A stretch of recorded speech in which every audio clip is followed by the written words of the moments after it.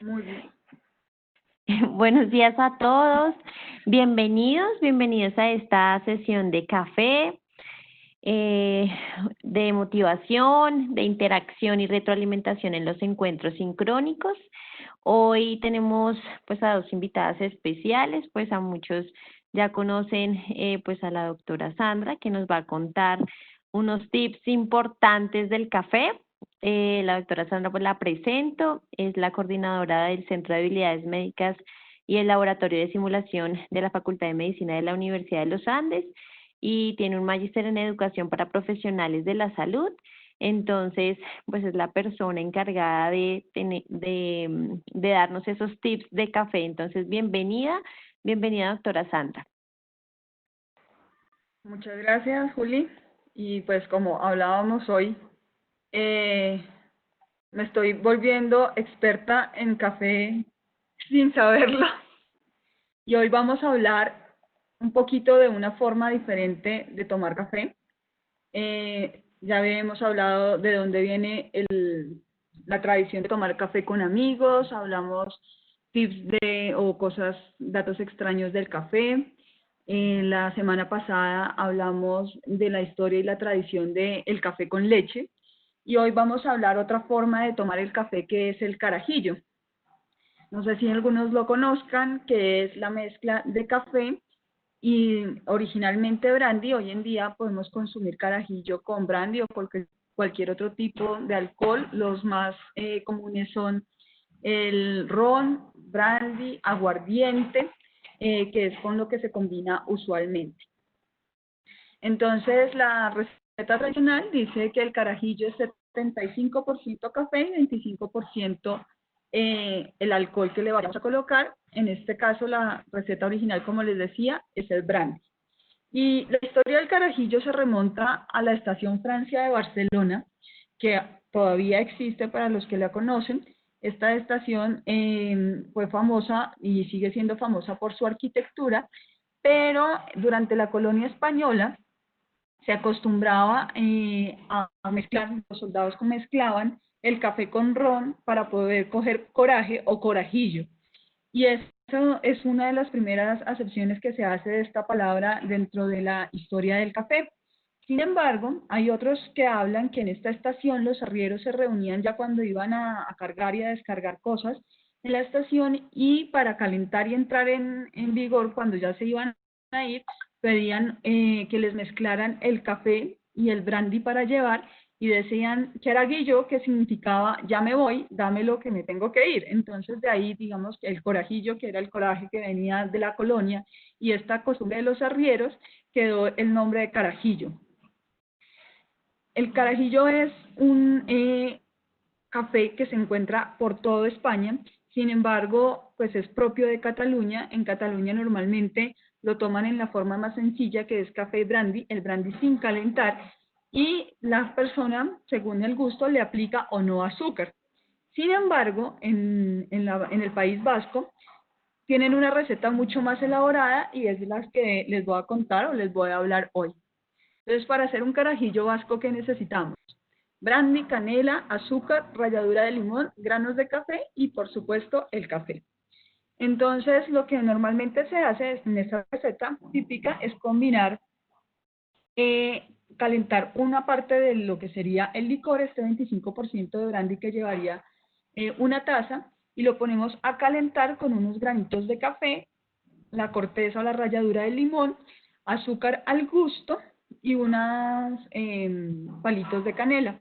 Esto se pone a hervir, y cuando llegue al punto de ebullición sacamos el brandy y lo colocamos a los 2/3 de taza de café que tenemos caliente. Y tenemos un delicioso y exquisito carajillo vasco. Cuando tomar carajillo se puede tomar idealmente al final de la tarde con los amigos, y pues para hacerle competencia a nuestras universidades aliadas, pues tenemos un café fuerte para hacerle competencia al tequila o a un mate. Entonces, el día de hoy los invito a tomarnos un carajillo con Derli, hoy en la mañana, que estaba haciendo bastante frío aquí en Bogotá, y pues aprender un poquito sobre motivación, interacción y la retroalimentación durante esta experiencia de los encuentros virtuales y sincrónicos, que ha sido bastante difícil durante la pandemia. Adelante, Darly. Derly, bienvenida. Bienvenida a esta sesión. Les presento a Derly. Derly es médico especialista en oftalmología, magíster en educación, profesor asistente en la Facultad de Ciencias de la Salud, programa de optometría, coordinadora académica de la maestría en Ciencias de la Visión de la Ciencias de la Visión de la Universidad de La Salle en Bogotá. Entonces, pues Derly, bienvenida y ya te doy la palabra. Muchas gracias por la invitación. Espero pues que sea un encuentro muy interesante pues para todos, ya pues tomándonos nuestro café. Entonces, pues como ya lo mencionaron, yo pues estoy en la Universidad de La Salle. Allá pues tenemos nuestra Facultad de Ciencias de la Salud y nuestro programa líder es el programa de optometría. Es un programa insignia de la Facultad de Ciencias de la Salud porque pues es uno de los más antiguos a nivel pues de la universidad y es el más antiguo pues en Colombia. Entonces, quiero contextualizar primero un poco el programa, pues acá en Colombia la optometría está pues reglamentada, es una profesión de la salud.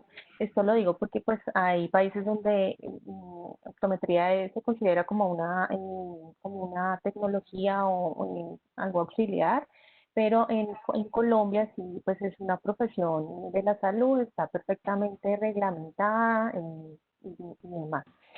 Además, pues por la ley que ellos tienen de reglamentación, su función dentro de nuestro sistema de salud es el cuidado primario visual y ocular. Optometría en nuestro medio es una puerta de entrada para las personas con condiciones pues visuales y oculares para poder acceder ya pues a tratamientos. Entonces sus funciones son el diagnóstico, tratamiento y rehabilitación visual. Tienen muchos campos de acción: ortóptica, terapia visual, rehabilitación visual, baja visión. También está la optometría ocupacional, que también están habilitados para hacer diagnósticos y también pues reportes de discapacidad visual.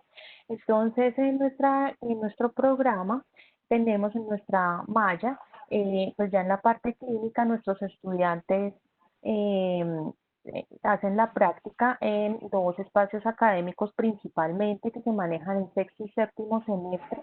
De todas formas, ellos antes pues ya han hecho aproximaciones a la parte clínica.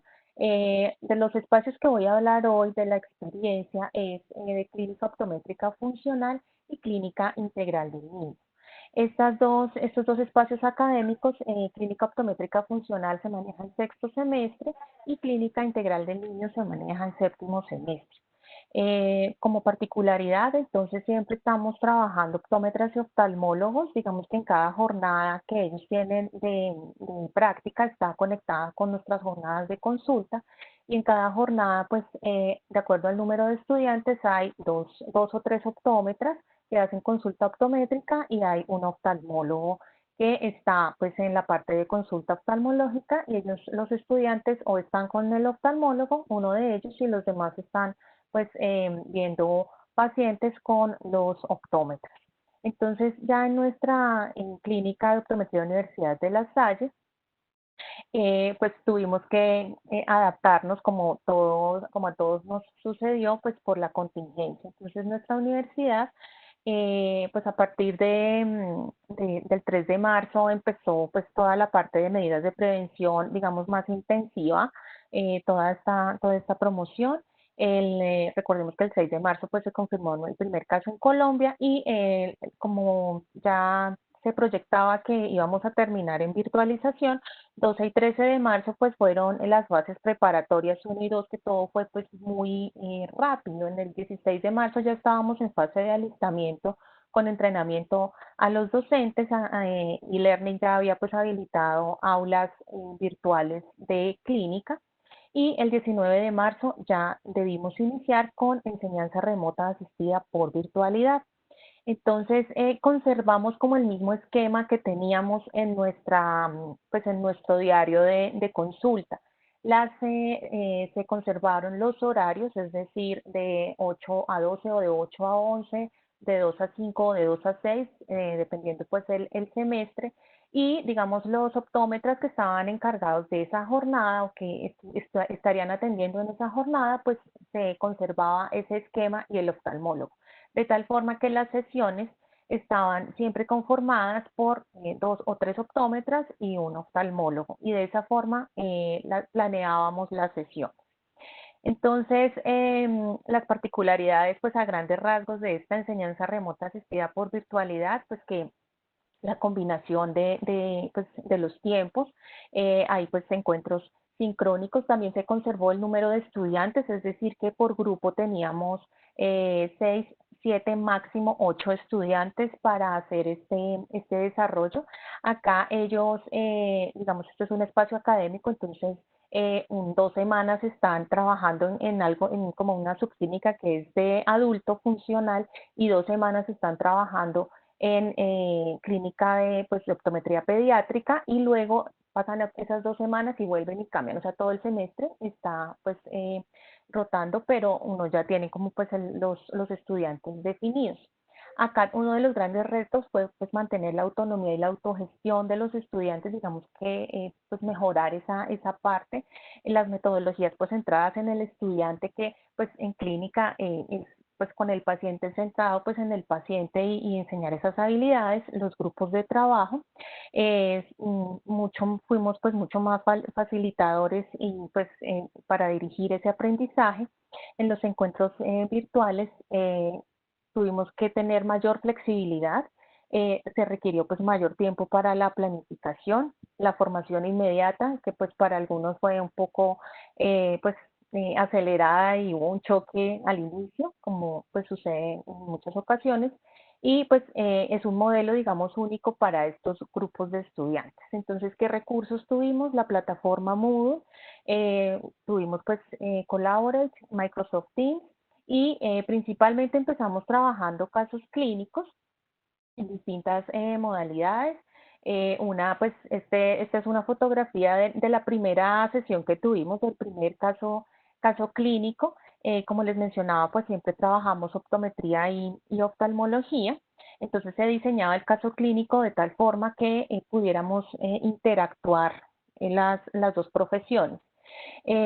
Siempre como los objetivos de estos casos clínicos eran pues primero incentivar la anamnesis, entonces siempre se motivaba la participación en los estudiantes, diciendo, bueno, ¿qué más debemos interrogar? ¿Por qué debemos, digamos, saber el color de la secreción por la que consulta este paciente? La semiología de pues toda la sintomatología ocular. En optometría siempre hacía toda la parte de criterios de refracción, entonces siempre se les motivaba la participación en cuanto a eso para ir completando todos los datos. Luego en la parte pues de evaluación biomicroscópica, pues en las imágenes ya que se ven en lámpara de hendidura, repasando tipos de iluminación.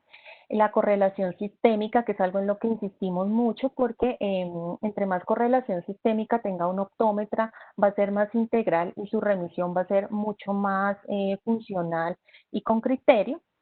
También en la terapéutica, porque ellos están habilitados para formular ciertos medicamentos de uso tópico ocular, no todos, pero pues, su reglamentación dice qué tipo de medicamentos, y por esto pues deben conocer terapéutica. Y también optimizar la necesidad de remisión oftalmológica, porque una de las respuestas generalmente a estos casos es: lo remito a oftalmología, entonces lo remite, pero con qué criterios. Este es un ejemplo también de lo que se les planteaba, como se les describía pues el caso clínico, y se iba diligenciando a medida que ellos iban pues dando los datos para complementar.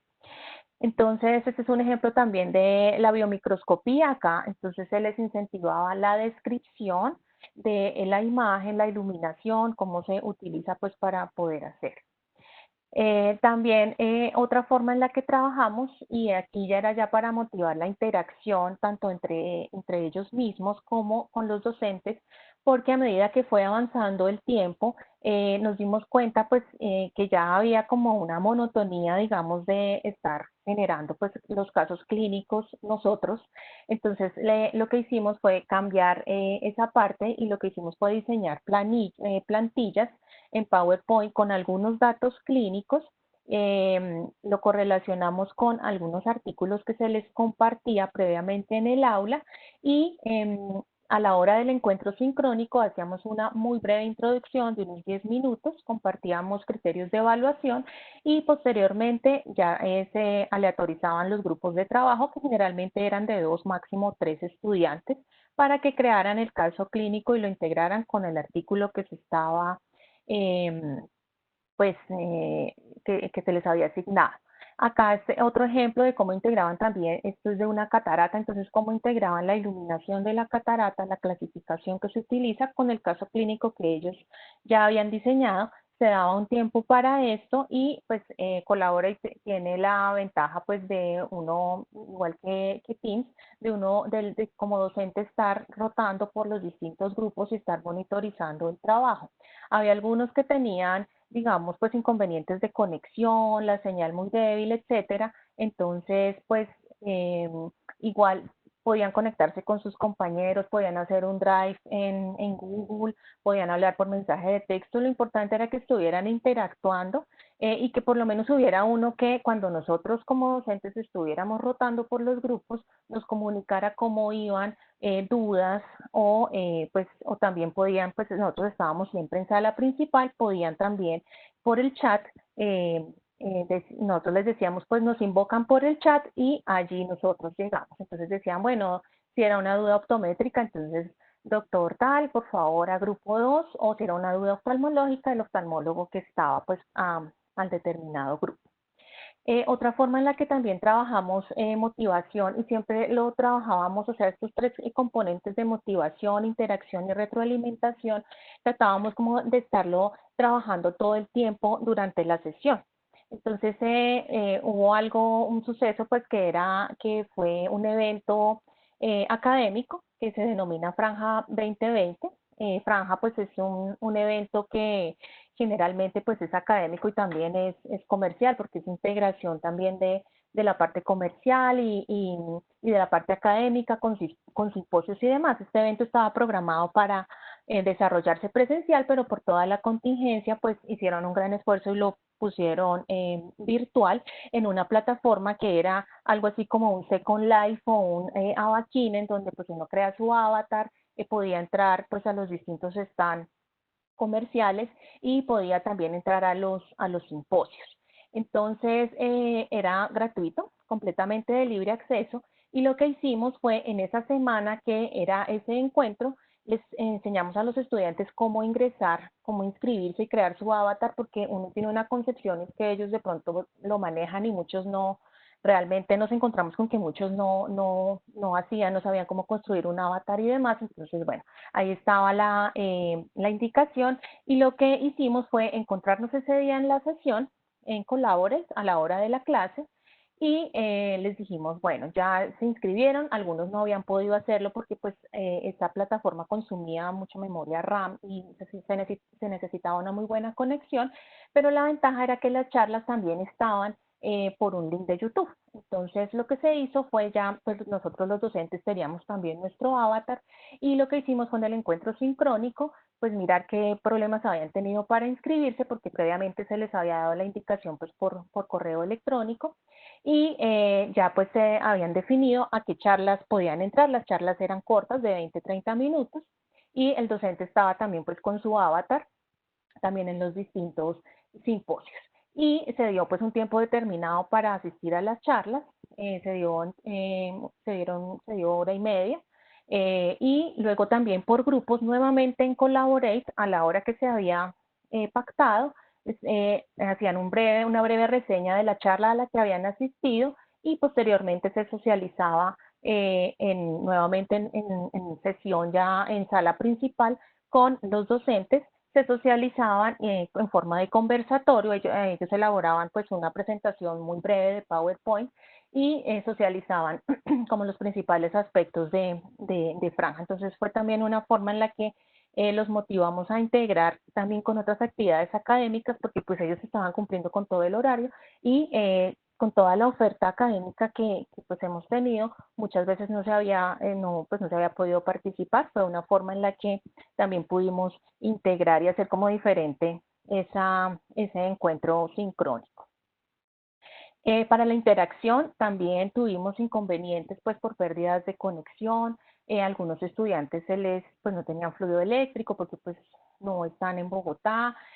Otros pues la señal era muy débil, entonces lo hacíamos bien fuera por vía pues chat del Collaborate. También pues Collaborate tiene la opción de conexión telefónica, entonces siempre se les decía apenas ingresen, revisen cuál es el PIN para que puedan conectarse telefónicamente. Inclusive algunos docentes también tuvimos que hacerlo en algún momento cuando perdíamos conexión.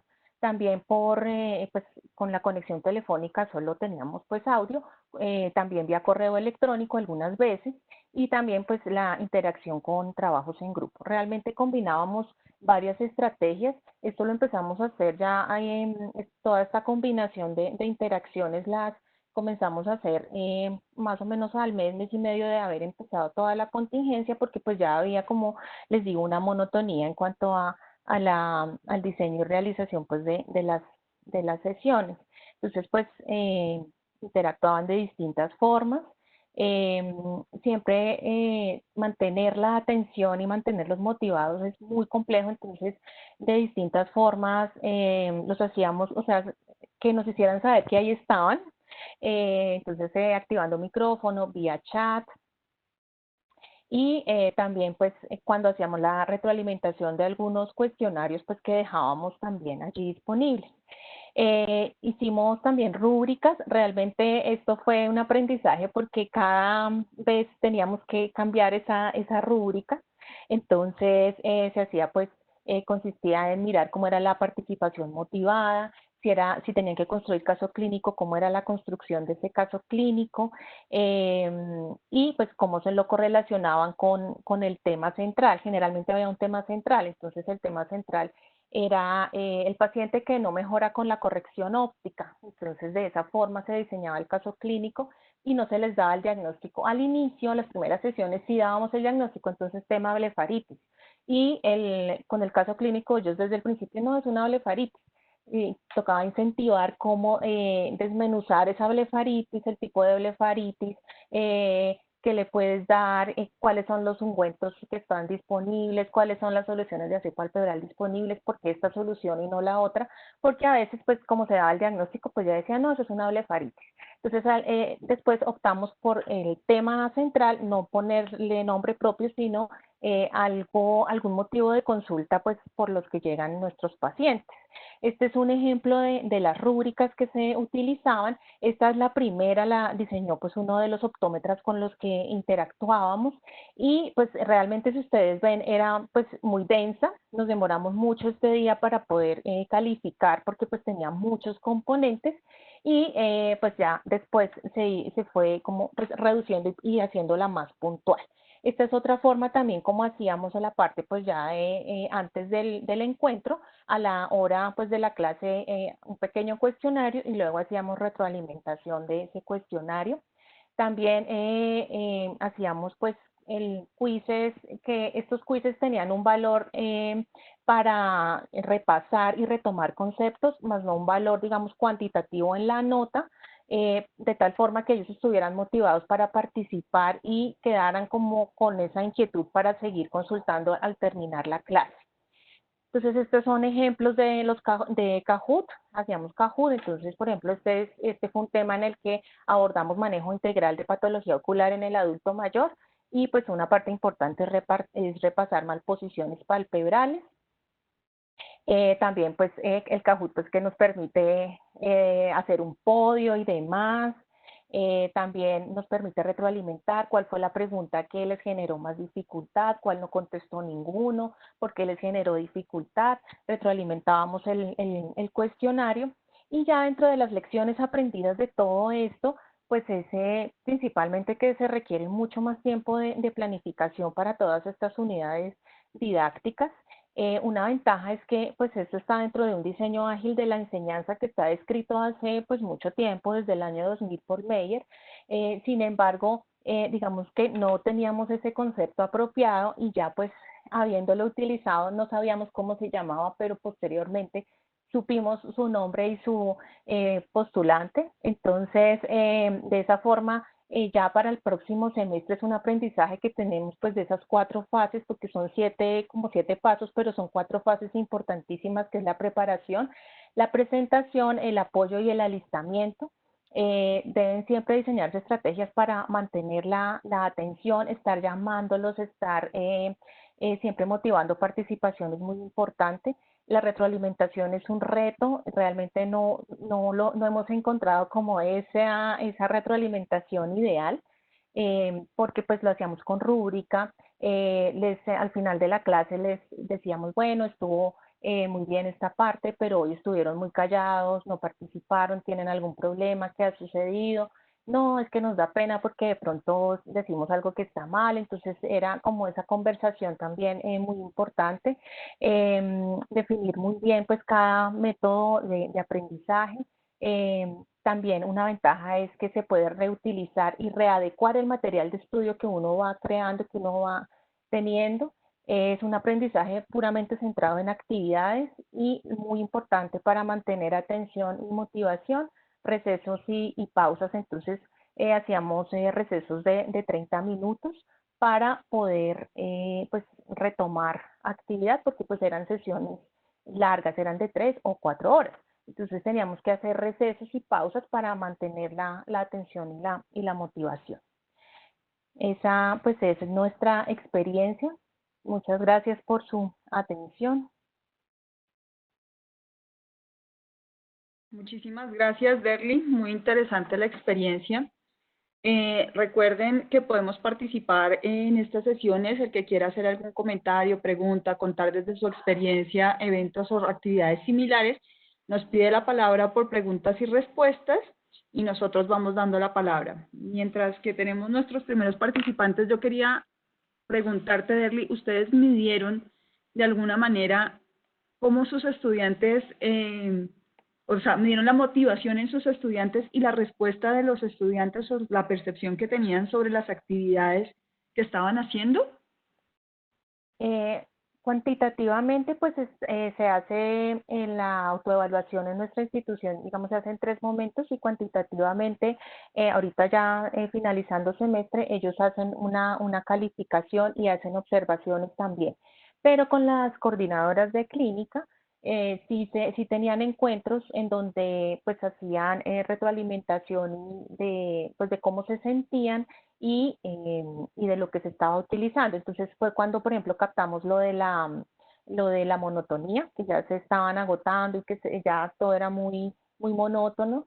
También lo de la duración de los encuentros, también fue algo que pues, tuvo que trabajarse después. Y ya en la retroalimentación, digamos, hubo ya oficial de la universidad que ellos hacen, hubo observaciones respecto a que entendiéramos, digamos, lo de la conexión, porque referían que en algunos encuentros, digamos, les llamaban mucho la atención por no responder con el micrófono. Entonces decían, no, lo que pasa es que a mí no me carga el micrófono porque hay 8 personas trabajando en mi casa, unas estudiando, otras con trabajo remoto, entonces pues a veces no me carga el micrófono. Y así entonces son como oportunidades que ellos tuvieron para poder pues decirnos pues las situaciones a las que también estaban enfrentados. Muy bien. Pilar Garzón pide la palabra. Julia, activamos micrófono, por favor. Sí, ya tiene el micrófono habilitado. Hola, Derly, buenos días. Qué gusto ver esa experiencia tan interesante que estás trabajando y que estás presentando y compartiendo con nosotros en este momento. Quisiera, de pronto mi pregunta tiene 2 escenarios. La primera es, tú hablabas que algunas de las reuniones se compartía el escenario entre oftalmólogos y optómetras.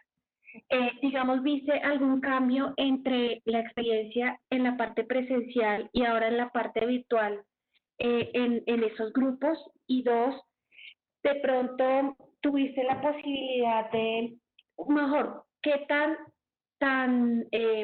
heterogéneo es el grupo, pensando, por ejemplo, en edades, en procesos de conectividad, en adaptación al mundo virtual, que pudieran ser como barreras de acceso para el ejercicio de la experiencia que ustedes están realizando.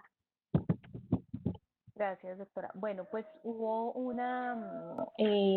la experiencia realmente de interacción entre profesiones fue muy positiva. De hecho, en una reunión lo socializamos porque fue una oportunidad que tuvimos de sentarnos los tres, bueno, o cuatro, sin el afán de la agenda, y que ya llegó el otro paciente, que no he terminado, bueno, las cosas que se presentan en consulta, y de aclarar conceptos, porque muchas veces por la premura del tiempo no hay esa interacción.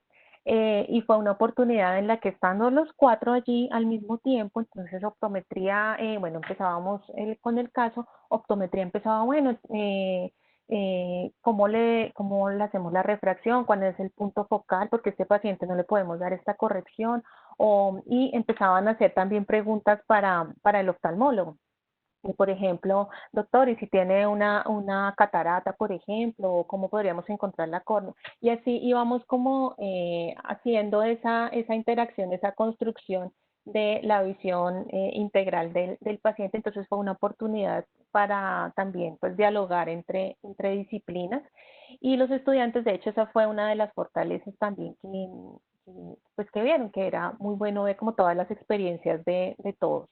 En cuanto a la segunda pregunta, que son las limitaciones, sí, realmente tuvimos varias limitaciones. Hubo un corte en donde tuvimos un estudiante que solamente pudo conectarse 2 veces porque pues vive muy lejos de Bogotá, la conexión es muy inestable. Entonces lo que hacíamos era, pues los que no podían conectarse, generalmente después o nos escribían o nos mandaban mensaje con algún compañero y nosotros le escribíamos al correo, le decíamos, bueno, como no pudo asistir, pues ahí está grabado el encuentro y con esta actividad desarrollela en este determinado tiempo que está en el aula, que está pues disponible en el aula y la podemos retroalimentar iniciando la siguiente clase. Cuando eran varios estudiantes, y habíamos tenido de pronto trabajo en grupo, esos 2 o 3 que no habían podido asistir trabajaban también en grupo y empezábamos siempre la clase, la siguiente sesión con eso que había quedado pendiente y si ellos tenían alguna pregunta habiendo pues visto el encuentro.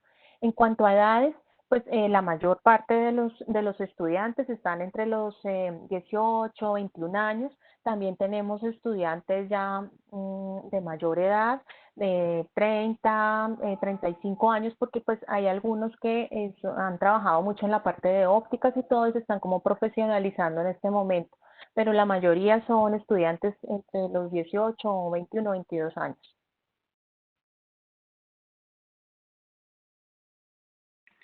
Muy interesante. El doctor Jorge Restrepo de la Universidad de La Sabana nos pide la palabra. Jorgito, tienes el micrófono.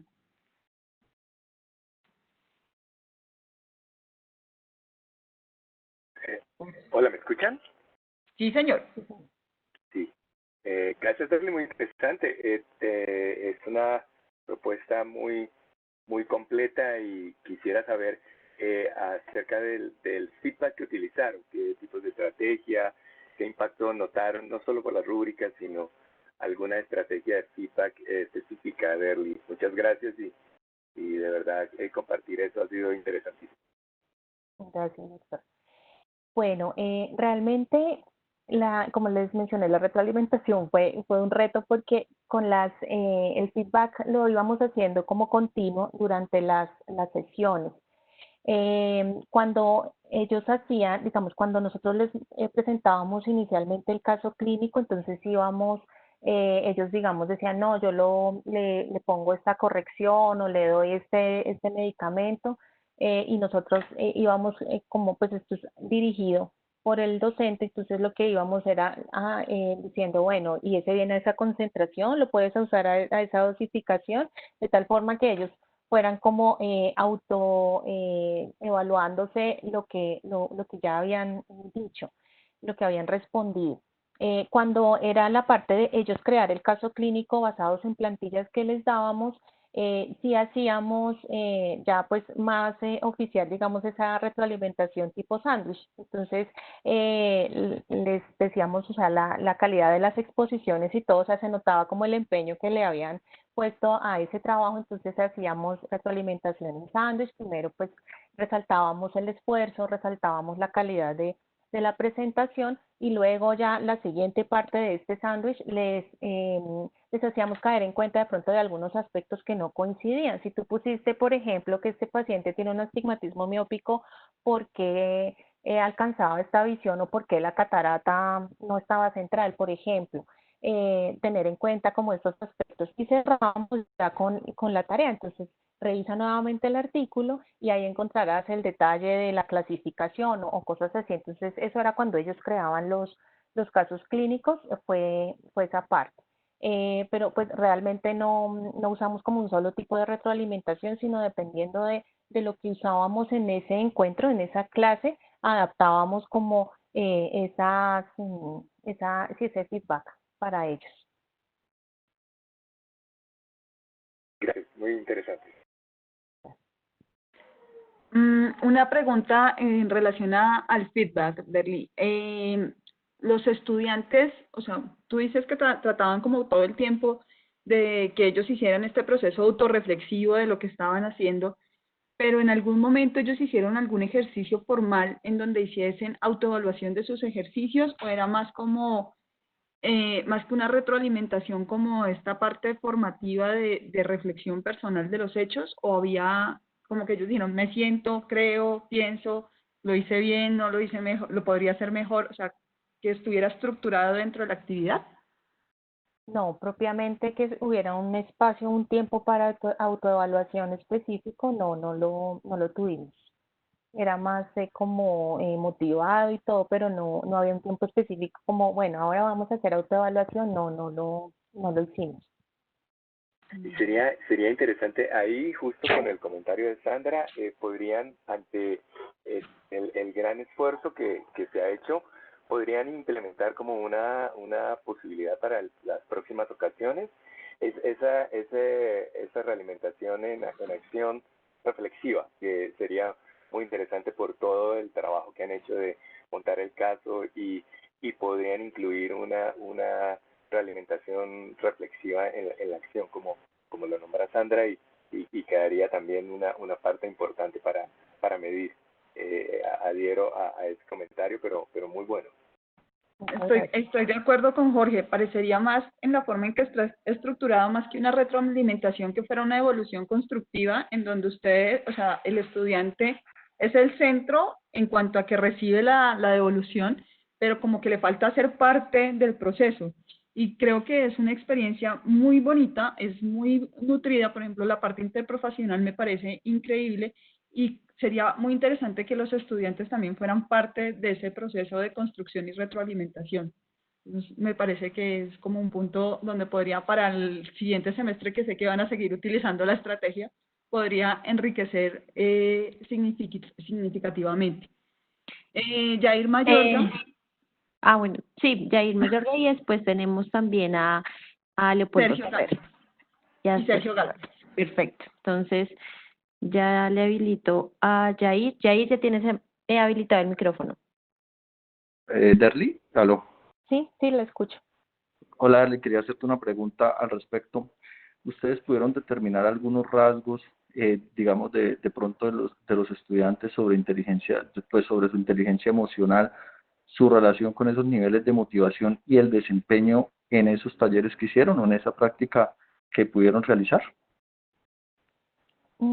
Pudimos detectar algunos rasgos, pero digamos que no fue muy fácil porque les da pena como reconocer algunas cosas. Entonces, generalmente era que lo expresaban de pronto a los compañeros y ellos nos decían, no, es que tal persona tiene un problema con el abuelito, por ejemplo, que fue un caso que se presentó. Entonces, por eso no ha estado muy conectada. Y ya digamos en el siguiente encuentro le decíamos, ay, oye, hola, ¿cómo estás? Mira, supimos que tuviste un problema con tu abuelito, ¿cómo siguió? Entonces ya de esa forma podía la estudiante como poder socializar y bueno, y se sentía más tranquila, pues de que habíamos entendido como su situación. Pero era muy complejo detectar esos rasgos, inclusive con el estudiante que les comenté que hubo un corte que solamente se pudo conectar 2 veces, o sea, se activó como todo el plan de seguimiento y también y nosotros tenemos un sistema que es el sistema de acompañamiento integral, que dentro de uno de sus eslabones es precisamente el acompañamiento psicológico y la atención psicológica. Entonces también se mandó como esa alerta porque pues no sabíamos si realmente era por conectividad o era porque tenía algún inconveniente que no le permitiera pues estar motivado para participar en los encuentros, pero sí era complejo detectarlo así solamente, digamos, en la sesión. No, siempre se necesitaba como esa ayuda de sus pares para que nos pudiera como socializar o decirnos si estaba sucediendo algo. La palabra A Leopoldo Ferrer. Listo. ¿Me escuchan? Sí, Sí. señor. Sí, buenas tardes. Primero, bueno, buenos días todavía. Muchas gracias. Primero que todo, Eli, muy amable por la presentación, muy clara, una experiencia muy bonita y muy práctica. No sé si Deli, te quería contextualizar porque estaba muy interesado en escuchar esta discusión. Nosotros en la pandemia y la experiencia particular, yo soy médico anestesiólogo intensivista, estoy encargado de la materia de anestesia en 8º semestre y de ahí para adelante todo lo que tiene que ver con anestesia, internado y todo. Es una materia que para los muchachos es nueva. Una vez ellos inician, no conocen casi nada, excepto los principios de fisiología, bioquímica y farmacología, y para la parte clínica, pero como tal anestesia es la primera experiencia. Y en esta pandemia, con la limitación de no tener la oportunidad de hacer asistencia, ¿sí? de experiencia clínica, obviamente somos grupo de mayor riesgo, entonces están ellos aislados y no pueden conocer un poquito de cómo es la dinámica en la vida real, llamémoslo así. Eso a nosotros nos ha puesto una encrucijada porque hemos tenido problemas en cómo podemos motivar para que estos muchachos se interesen por una materia que tienen que imaginársela prácticamente en su cabeza, que no tienen cómo ellos entender muchos de los conceptos, a no ser que sean en la vida real observados. Y quisiera saber varias cosas. Uno, ¿cuántos estudiantes estás manejando por cada curso para hacer toda para enfatizar todo esto de la motivación y la retroalimentación? Dos, ¿con qué frecuencia estás evaluando el estado de atención y de entusiasmo que ellos tienen por la materia? Y tres, ¿cómo empiezas a detectar o cómo te preocupas para saber si ya hay una sensación de monotonía o pérdida de interés por todo lo que se está estipulando? Y en este escenario de pandemia, ¿qué nos recomendarías específicamente para nosotros enfrentar una materia que toca imaginársela prácticamente en la cabeza de ellos por muchos videos que les mostremos, por muchos talleres que le hagamos? Es muy importante ese contacto clínico.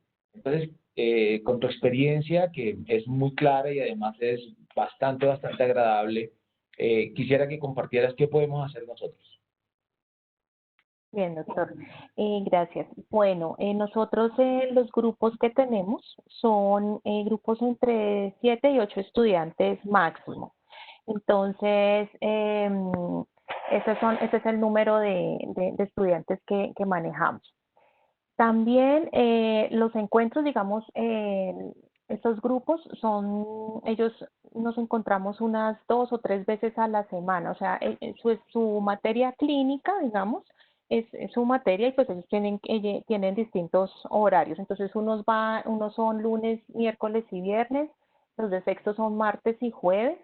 Y pues unos van, o de esos de lunes, miércoles y viernes, o es de 8 a 12 o es de 2 a 6, y así desarrollábamos los encuentros.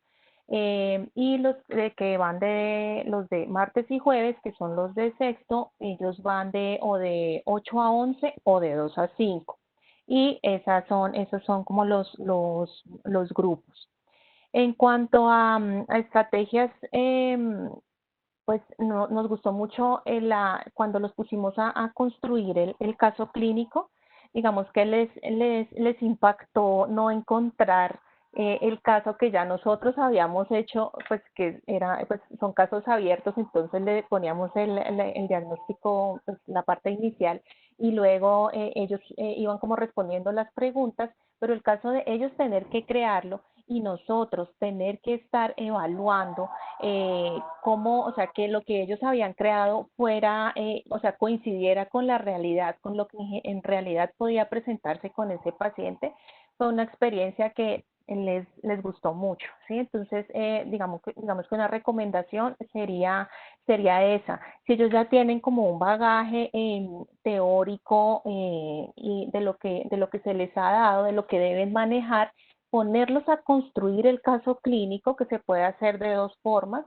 Una forma en que lo hicimos nosotros fue estando pues los tres docentes y les poníamos simplemente, es un paciente con un astigmatismo miópico y que consulta para cambio de corrección. Y a partir de ahí, ellos tenían que empezar a preguntarnos y a construir el caso, a dar refracciones y demás, y luego le poníamos patología de segmento anterior y cosas, y pues íbamos como complementando, pero eran ellos los que nos preguntaban.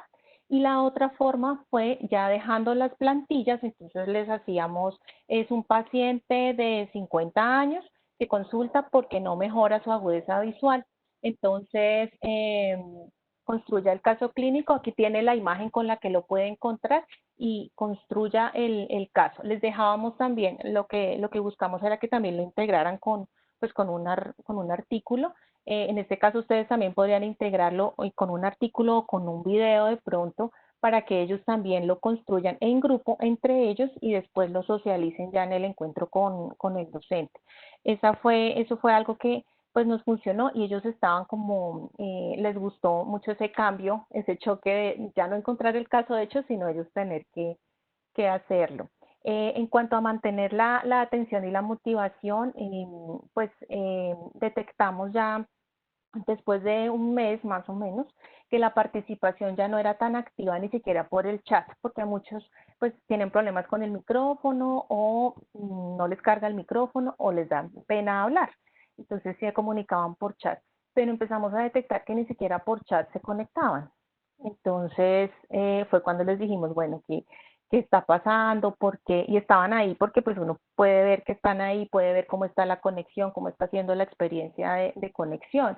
Entonces fue ahí el reto cuando dijimos, bueno, tenemos que hacer como algo más dinámico, ya no hagamos nosotros tanto como los datos, sino que ellos tengan que trabajar más. Entonces fue una forma en la que detectamos como esa que ya estaban como, que ya estaba todo como muy monótono y muy repetitivo. Perfecto, muchas gracias. Y si nosotros encontramos ese escenario que tú pintas, ahí cómo empieza uno a animarlos, es incluirlos más casi que en el diseño de las actividades o en las propuestas de actividades o qué piensas. ¿Crees que es pertinente que en algún momento uno pueda lanzar una pregunta abierta donde diga, bueno, ¿cómo quieren que hagamos la siguiente actividad? ¿Les parece? Sí, como ya son casi adultos o son adultos, pueden también participar de manera voluntaria cuando uno los ve como tan pasivos. ¿Qué piensan de eso?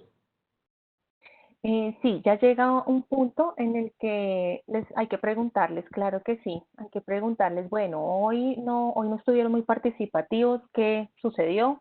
Y inclusive pues también nos daban temas, porque hubo algo muy curioso que nos sucedió y es que, bueno, el queratocono es algo que pues nos apasiona mucho a todos, optómetros y oftalmólogos, tiene muchas formas de tratamiento y todo, entonces como que en todos los grupos queratocono, y dijeron, pero es que hemos visto mucho queratocono, queremos ver de pronto nistagmus o queremos ver de pronto segmento posterior, cómo diferenciar patologías de segmento posterior. Entonces ellos mismos también nos daban como como esas ideas cuando uno ya siente de pronto que se le ha agotado como la creatividad de proponer temas. Y cuando se van a iniciar los casos en donde ellos van a participar, sí se necesita que tengan de pronto una lectura previa, es decir, en el aula o vía correo electrónico, guiarles sin darles como el nombre total del tema, pero sí guiarlos de pronto con una lectura o con un video para que cuando ya sea el momento del encuentro, se les dice, bueno, entonces ustedes tuvieron la lectura o el video y lo vamos a trabajar de esta forma. Van a trabajar por grupos y van a crear este caso clínico o van a crear de pronto, nos van a hablar de su artículo, pero también con base en este caso clínico, o tomen este video de un paciente, no sé, se me ocurre de pronto diarrea difícil o algo así, y pónganle más elementos y nos lo presentan pues a los demás compañeros para empezar a hacer una discusión. Esa sería también otra forma en la que se podría hacer. Y siempre sí, cuando uno nota que ellos no hablan ni por chat ni nada, siempre preguntarles qué sucede y qué sugieren. Perfecto, muchísimas gracias. Muy amable, doctora. Muchas gracias. Pensando un poquito en la intervención de Leopoldo y lo que contestabas, ahí y abro como la pregunta no solo a Derly, sino también al resto del público. Una de las cosas y una de las barreras es que a veces, y me parece que dentro de la virtualidad, en este miedo nuestro como docentes, por así decirlo, de que no se nos aburran, de no perder la motivación, caemos en poner muchas actividades. Entonces, nos volvemos demasiado creativos y también sobresaturamos un poco a los estudiantes. Y esa sobresaturación de elementos, actividades, también puede generar un poquito la monotonía y una disminución de la respuesta. Lo que nosotros hacemos tratando de motivar, lo que hace es el sentido contrario o la respuesta contraria puede producir un poquito de desánimo y la gente comienza a disminuir la motivación. Entonces también, no sé ustedes cómo hicieron para buscar, ese justo equilibrio entre lo que era actividades que motivaran y actividades que no sobresaturaran.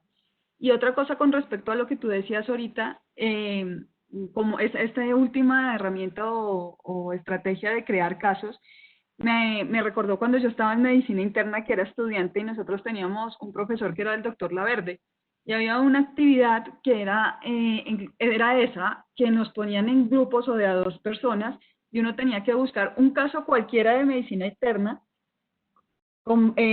construirlo y llevarlo a esas sesiones, y la idea era como que sus compañeros eran los que tenían que adivinar cuál era el caso.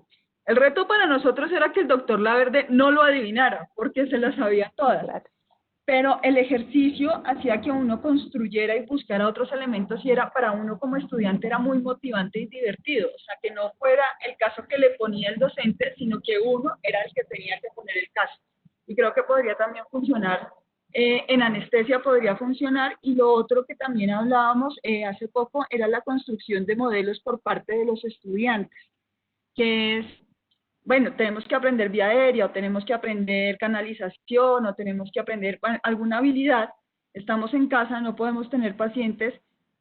Como estudiantes, ponerlos a crear algún modelo, un biomodelo, ya sea inerte o sea biomodelo como tal, para aprender ese tipo de habilidades. Y el generar esa construcción de modelos de aprendizaje no solo activa la parte de la efectividad, sino tienen que coger otros recursos y otros conocimientos para poder construir los modelos.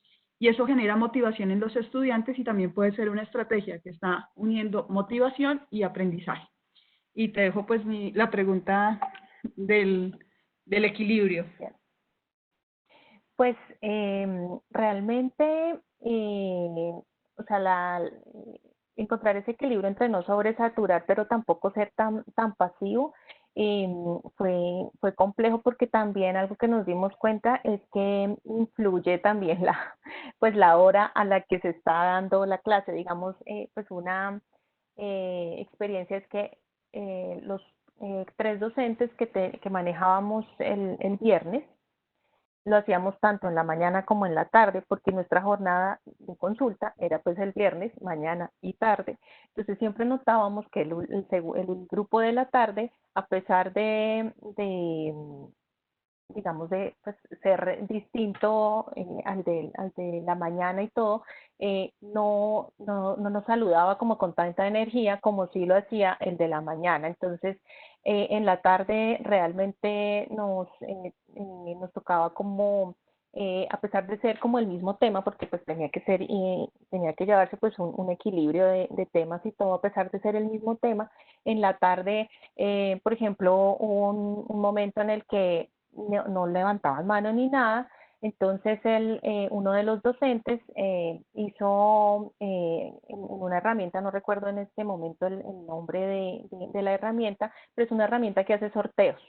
Entonces al decir ya, bueno, vamos a hacer una rifa, entonces para la siguiente pregunta, entonces ahí ya todos como que ahí sí levantaban la mano y sí, ¿cómo es? Y no sé qué. Entonces, ahí como que ya es algo parecido al efecto que genera saquen una hoja o algo así en la presencialidad. Entonces hacíamos el sorteo y, ay, miren quién ganó. Bueno, entonces tú cuéntanos qué opinas de este caso, cómo lo refractas, bueno, distintas preguntas. Realmente fuimos encontrando como el equilibrio a medida que iban pasando las sesiones.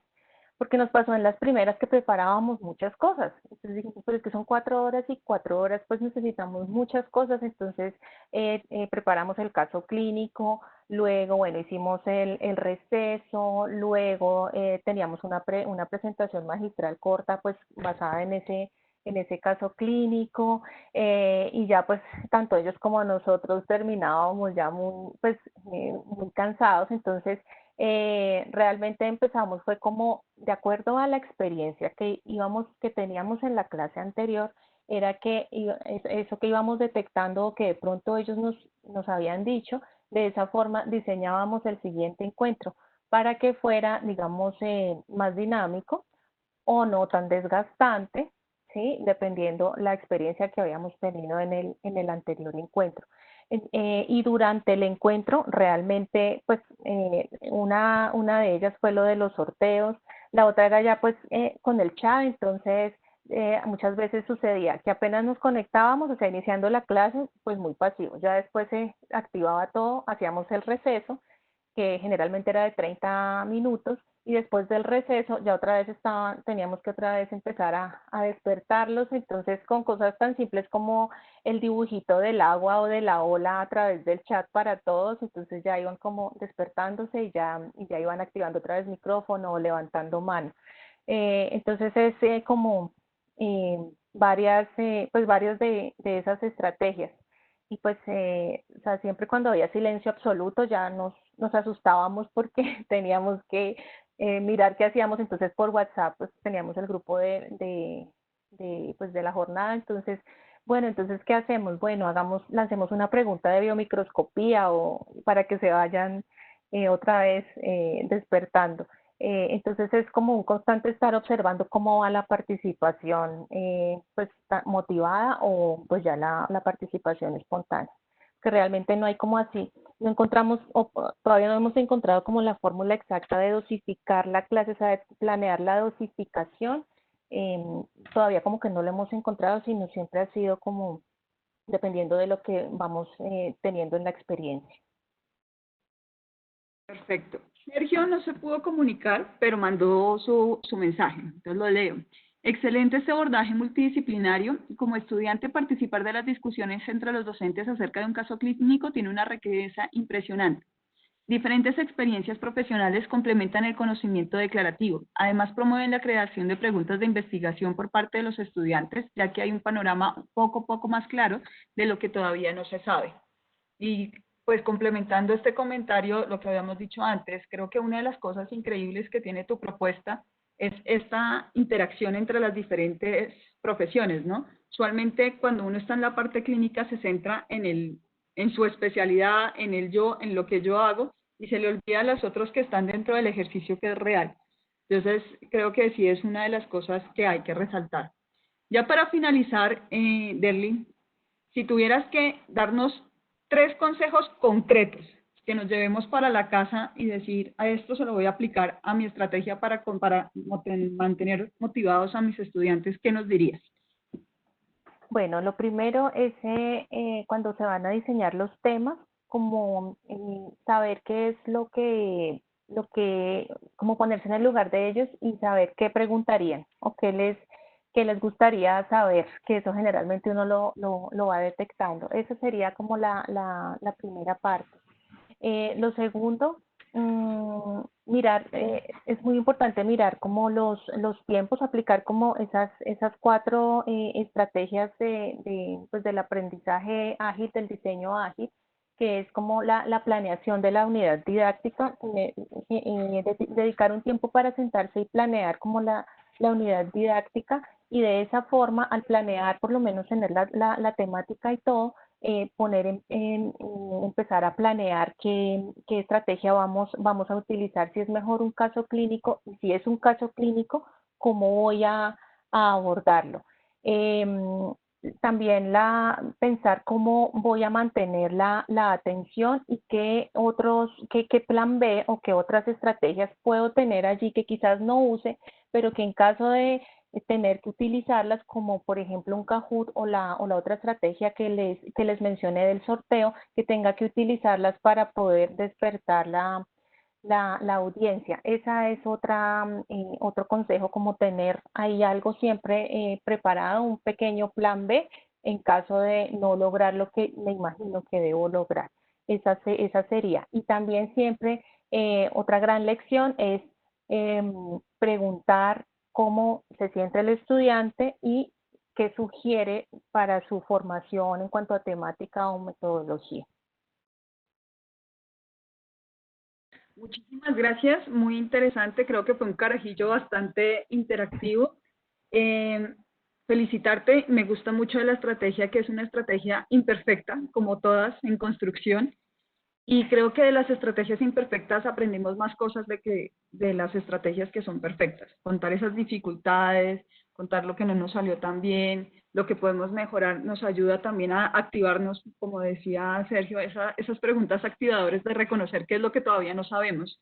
Entonces, me gustó muchísimo eso. Nos planteas estrategias y modos muy específicos para poder plantearlo dentro de nuestras actividades como docentes, y la parte interprofesional, que creo que es una de las cosas más valiosas de tu estrategia. A todos los participantes, muchísimas gracias por acompañarnos el día de hoy, por acompañarnos en este carajillo de café de miércoles, y invitarlos pues para nuestra sesión de tequila este viernes 19 de junio con la doctora Irma Elisa Eraña. El tequila es estando juntos, estando lejos, estrategias para la cercanía de los estudiantes, que es complementario a lo que trabajamos hoy en motivación. Entonces, pues nada, nos vemos este viernes en nuestro tequila, y recordarles que pueden ingresar a la página de la plataforma en donde está la programación continua, y están compartidos los enlaces de las reuniones que hacemos los martes, de los webinarios. Y muchísimas gracias por estar hoy en esta mañana. Muchas gracias.